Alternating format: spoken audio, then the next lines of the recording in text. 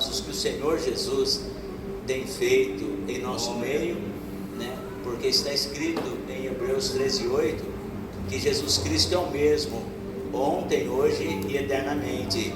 Então nós acreditamos que Ele faz milagre, ou milagres, né?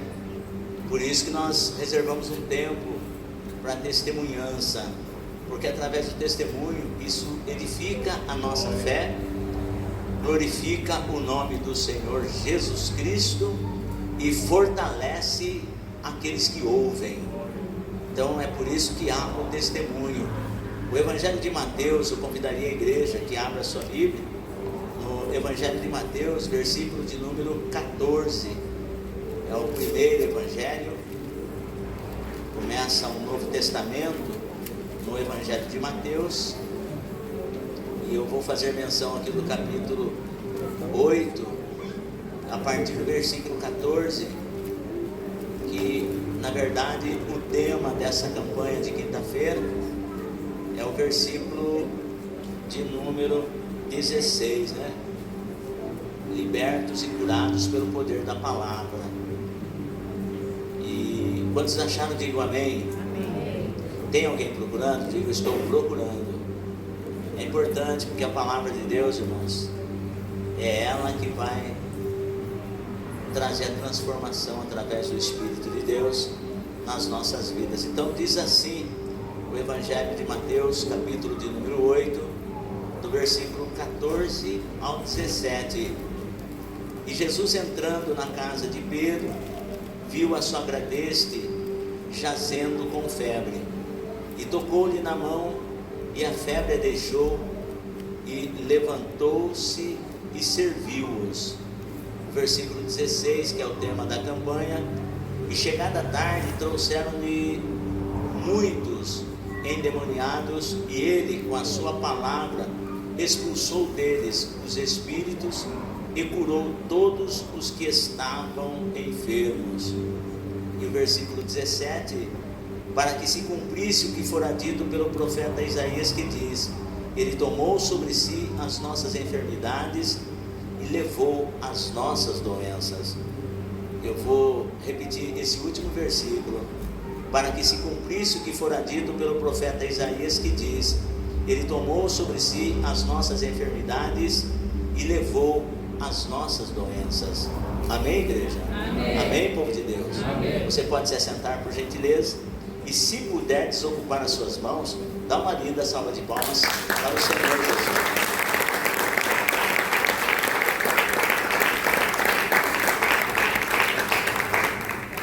Amados, nós estamos com a programação nossa de retiro espiritual, e tem até um endereço.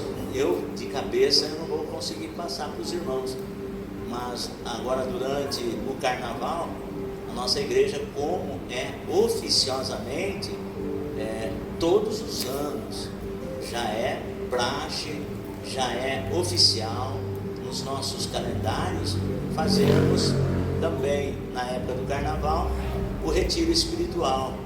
E desta vez já está tudo certinho, nós já alugamos a chácara, mas é um evento para toda a igreja.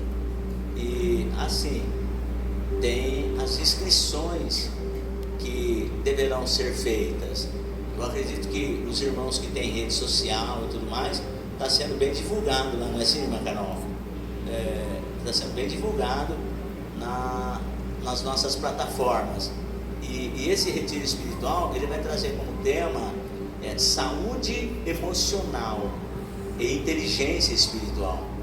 É um tema excelente para abençoar a nossa vida e a vida de toda a nossa família, tá? Uma das pessoas, uma das preletoras que vai estar conosco, acredito, a nossa irmã Daiane, ela já confirmou presença.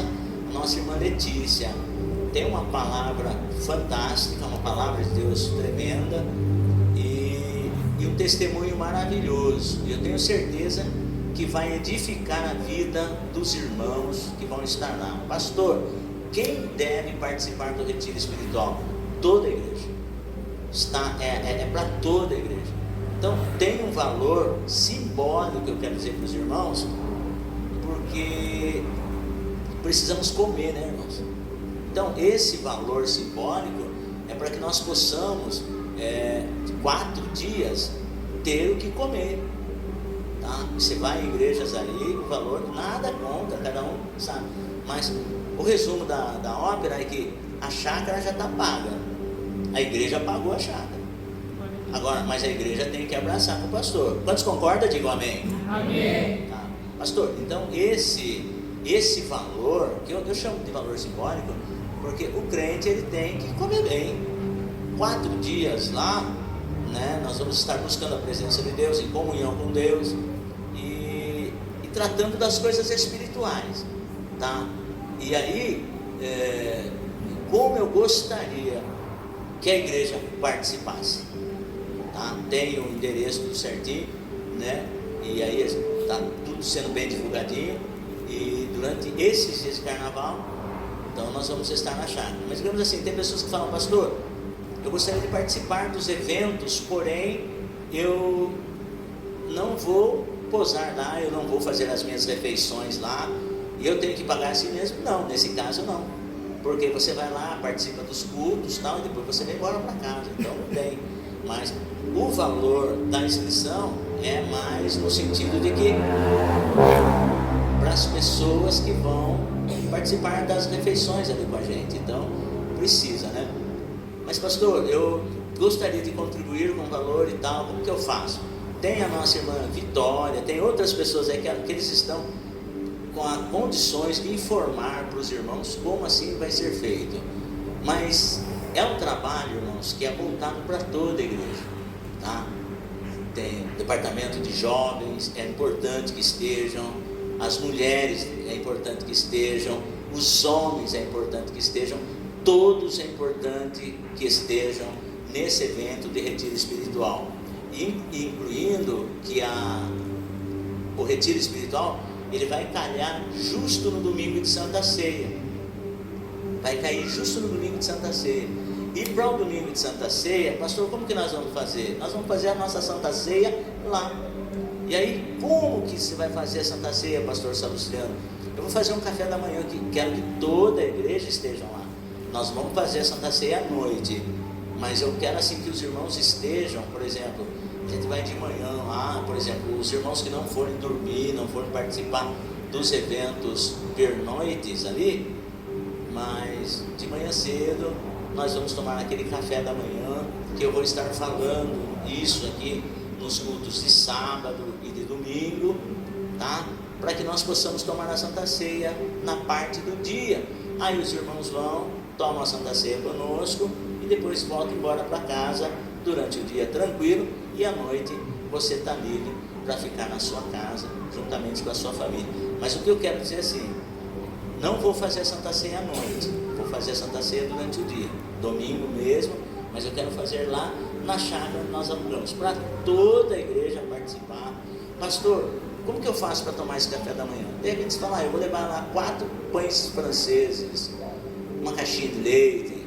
Aí outro vai estar bem, assim a gente vai estar fazendo, no sentido de que todos possamos confraternizar no nosso café da manhã e depois junto nós participamos da Santa Ceia. Tudo isso, irmão, para que nós façamos a nossa ceia junto com a igreja, num espaço aonde a igreja já investiu para que a igreja pudesse estar, porque ali, na mesma hora que nós estamos buscando a presença de Deus, nós vamos estar em comunhão com os nossos familiares também.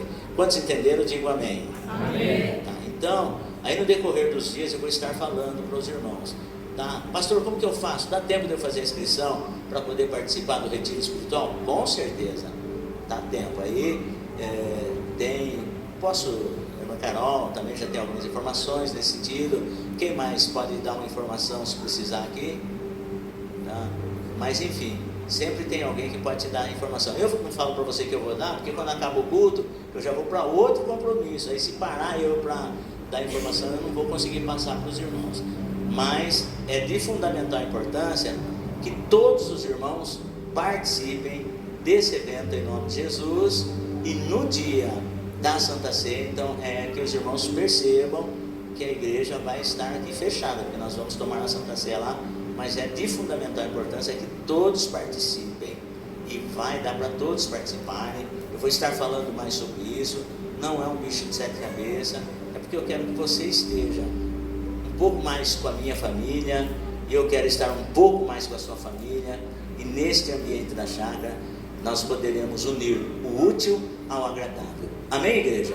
Amém, amém, povo de Deus? Amém. Então agora vamos para o texto sagrado, essa campanha, irmãos, que o Espírito de Deus colocou no meu coração, porque nos dias que nós estamos vivendo, é tempo de nós vivenciarmos o que o Senhor Jesus Cristo, Ele ainda faz nas nossas vidas. Nós precisamos colocar a nossa fé em ação, precisamos colocar a nossa fé em movimento, e precisamos dar crédito à palavra de Deus. E quando nós olhamos para esse texto em Mateus capítulo 8, versículo 14 ao 17, isso me chamou muita atenção. Conversando com pessoas que passam por situações na sua vida física, e às vezes tem pessoas que já nem acreditam que Deus possa fazer alguma coisa. E nós sabemos que o Senhor deixou a medicina, foi cantado aqui nessa noite. Tem coisas que é para medicina, e tem coisas que é para Deus.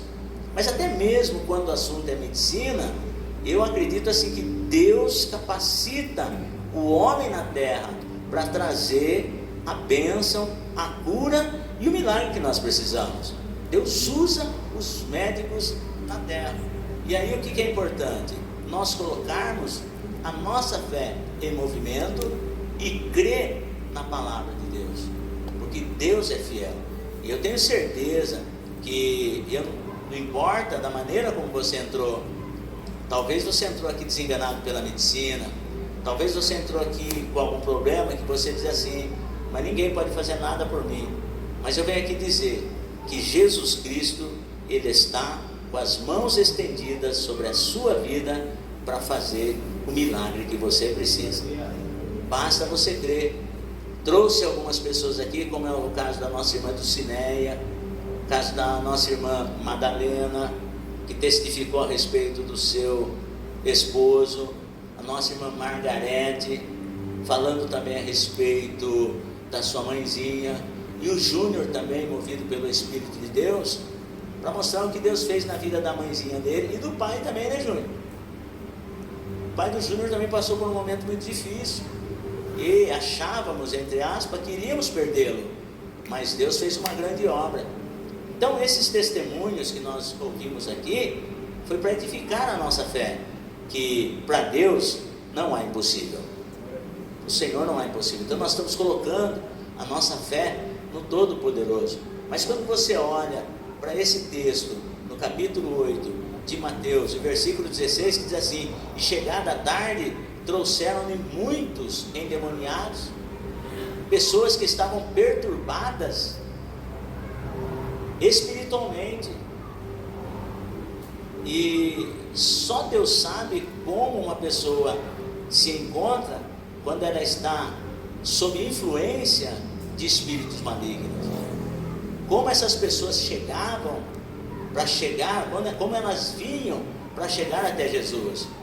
E aí, e o texto ainda no versículo 16 diz assim: e com a sua palavra ele expulsava deles os espíritos e curou todos os que estavam enfermos. Então Jesus simplesmente com a palavra expulsava os demônios e curava os enfermos. Mas o que me chama a atenção, e aí que está a chave da bênção, é nós acreditarmos no poder da palavra.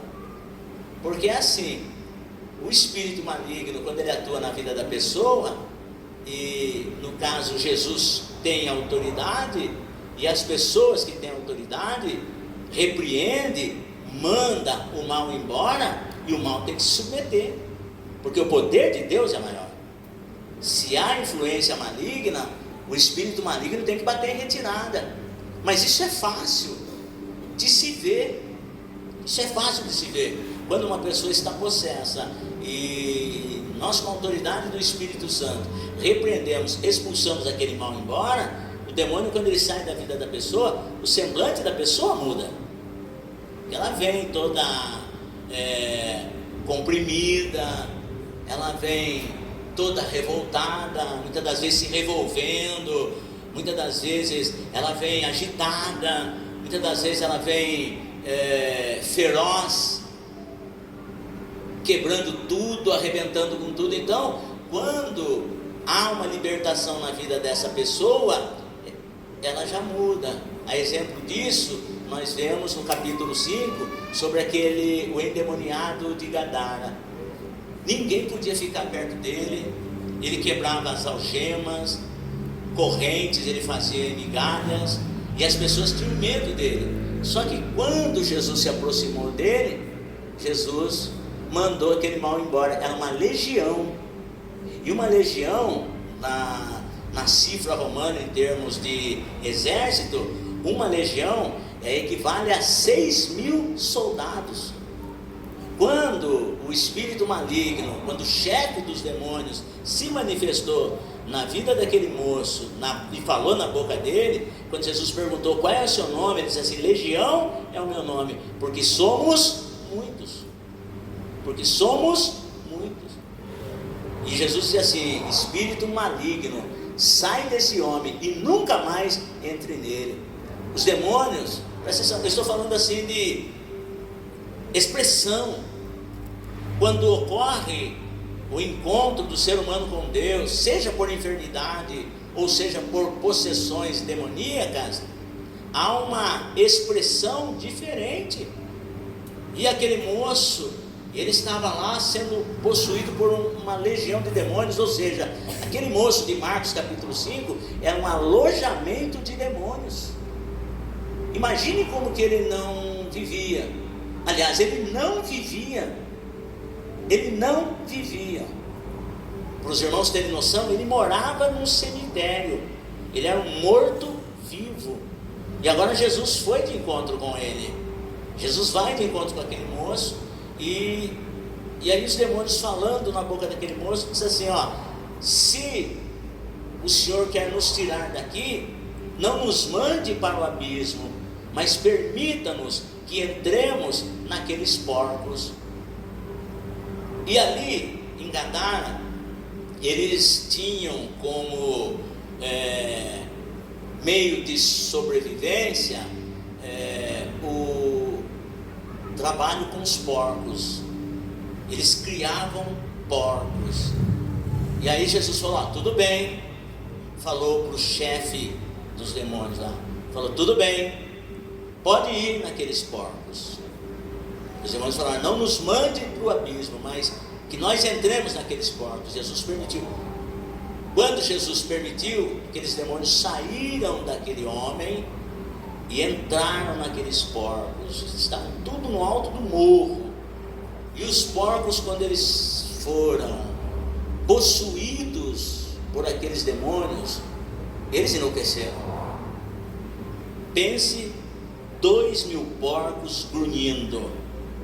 Os porqueiros, os donos dos porcos, os apacentadores, os pastores dos porcos, eles ficaram desesperados, porque era porco mordendo porco, era porco atacando pessoas. E eles ficaram tão desesperados que eles desembrenharam-se por aquela ladeira, e tinha uma lagoa lá embaixo. E eles se precipitaram, caíram no lago, e eram 2.000 porcos mortos. Só que agora a gente vai para outra ponta da linha. Você vai na vida daquele homem que antes era possesso. Ele vivia gritando, se ferindo com pedras, andando nu e descalço. Quando aqueles cerca de 2.000 demônios, eu vou colocar para cada demônio, para cada porco um demônio, mas se são legiões, são no mínimo 6.000 demônios. E agora aquele homem já mudou. Quando aqueles espíritos malignos saíram da vida daquele homem, as pessoas que estavam próximas a Jesus, isso é muito importante. Processo de libertação e cura. Sempre que tem que ter alguém para agasalhar o doente. E os discípulos agora, o que eles fizeram? Quando viu que aquele homem convulsionou-se, os demônios saíram, a equipe que estava com Jesus Cristo agora pega aquele homem, coloca uma peça de roupa nele, calçado, e ele está tranquilo.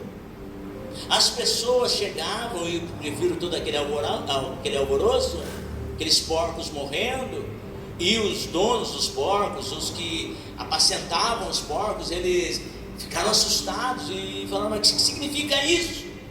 Vamos lá saber o que está acontecendo. Aí houve, não, porque estava tendo uma entrevista aqui, está vendo aquele homem lá? Agora ele estava sentadinho, bonitinho, ele estava são, assentado no seu perfeito juízo. Então era notório que se visse na vida daquele homem que houve uma libertação, porque no seu passado ele era uma pessoa violenta, ele era uma pessoa descomposta, vivia nu e descalço para baixo para cima, agredindo pessoas. Mas assim que ele recebeu a libertação, ele já passou a exercer um bom comportamento, juízo perfeito, vestido, a ponto das pessoas olharem e falar: realmente aconteceu alguma coisa com esse homem. Mas aqui no texto de Mateus não fala que Jesus simplesmente com a sua palavra expelia os demônios da vida das pessoas, mas também curava enfermidades. E aí que está o poder. Porque quando Jesus olhava para as pessoas e dizia assim: ó, vá, que a tua fé te curou. E a pessoa saía, tomava posse daquela palavra e realmente o milagre acontecia. Então, quando vê, por exemplo, uma pessoa que estava possessa ser liberta, era visível. Mas e quando o assunto era enfermidade? Da mesma maneira, quando Jesus chega, quando o paralítico está ali, e Jesus fala assim: olha, perdoados estão os seus pecados. E depois, como que eu vou saber se realmente houve perdão de pecados? O pecado praticamente é invisível, mas a paralisia é visível. Aí Jesus olha e fala assim: para que vocês saibam que o Filho do Homem tem na terra poder para perdoar pecados, disse ao paralítico: olha, filho, levanta, toma a tua cama e vai para a tua casa. E aquele moço que era paralítico se pôs de pé, pegou a cama e foi embora para sua casa, porque o milagre aconteceu.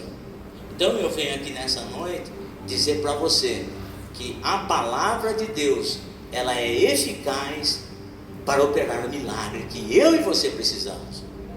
Mas é importante que nós acreditamos nela.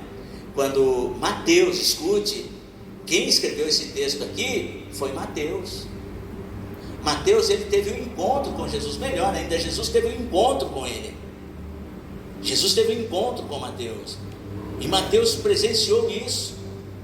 Porque uma certa ocasião ele estava na alfandegaria, estava ali na alfândega, e na coletoria, porque ele era um funcionário romano, e os próprios judeus detestavam Mateus,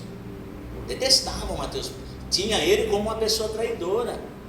Mas nenhum dos discípulos chamaria Mateus para fazer parte do colégio apostólico de Jesus, nenhum, porque olhavam e falavam: Senhor, eu acredito que o Senhor pode ter plano, propósito na vida de todo mundo, mas na vida de Mateus não, porque Mateus é traidor, é o cara. Mas Jesus, quando passou ali na recebedoria, na coletoria, Jesus olhou para ele e falou assim: vem e segue-me. E ele passou a partir daquele momento seguir a Jesus. Então Mateus, ele teve uma experiência com Jesus, e aqui ele relata isso, que tudo isso que Jesus fez, aí que está o X, todo esse milagre que Jesus fez ali, expeliu demônios pelo poder da palavra, curou enfermos, foi para que se cumprisse a palavra profetizada por Isaías. Olha como que a palavra de Deus ela é forte, porque Isaías, ele profetizou a respeito de Jesus Cristo, esse mesmo ser, esse mesmo homem que exerceu a profissão de carpinteiro, porque ele aprendeu com José, esse mesmo Jesus agora com 30 anos, Todo mundo achava que falava: puxa vida, Jesus, eu acredito que você aprendeu a carpintaria com o seu pai José e você vai ser um esmero carpinteiro. E ele ia na casa de um, consertava o telhado de um, fazia uma porta para outro, fazia bancos, cadeiras para outro. Mas quando chegou aos 30 anos, Jesus foi atender o chamado do Pai. 30 anos, todo mundo fala: nossa, mas você vai parar com a sua carpintaria? Você não vai mais mexer com madeira? Eu deixei de consertar madeiras, agora eu quero consertar corações humanos, vidas humanas. Então eu não sei o que te trouxe aqui, mas Jesus trouxe você aqui para consertar a sua vida, dar um norte na sua vida, abençoar você, a ponto de você glorificar o nome do Senhor. Escute, e não as costas para o seu povo. E esse mesmo profeta, uma certa ocasião, diz assim: pode porventura uma mulher esquecer tanto do filho que cria, do filho que amamenta, do filho do seu ventre? Porque as pessoas estavam vivendo um momento tão difícil que elas achavam: Deus virou as costas para nós.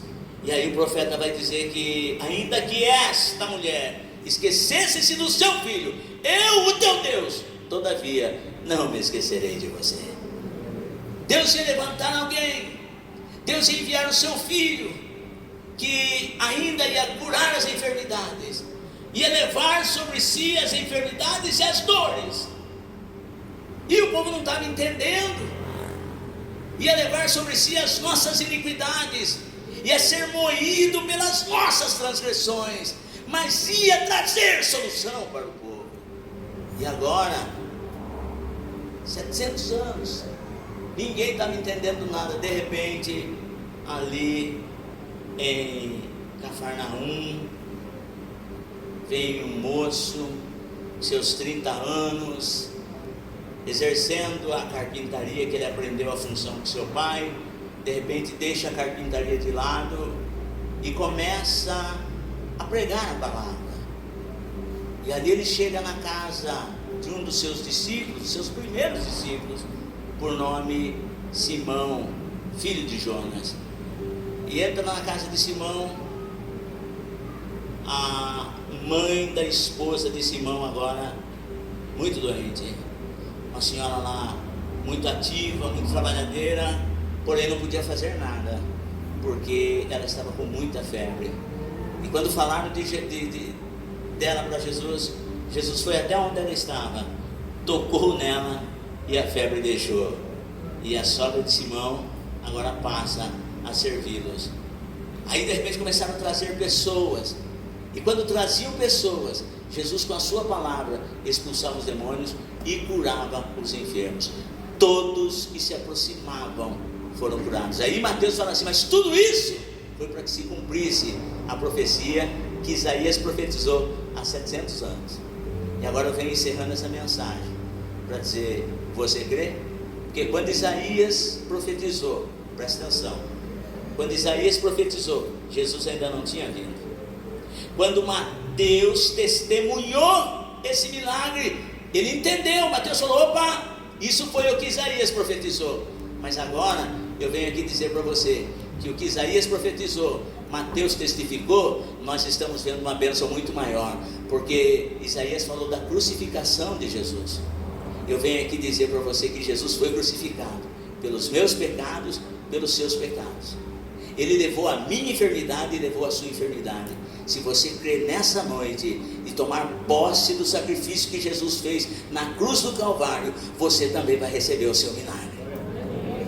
Você também vai receber o seu milagre, porque essa palavra diz respeito a mim e diz respeito a você.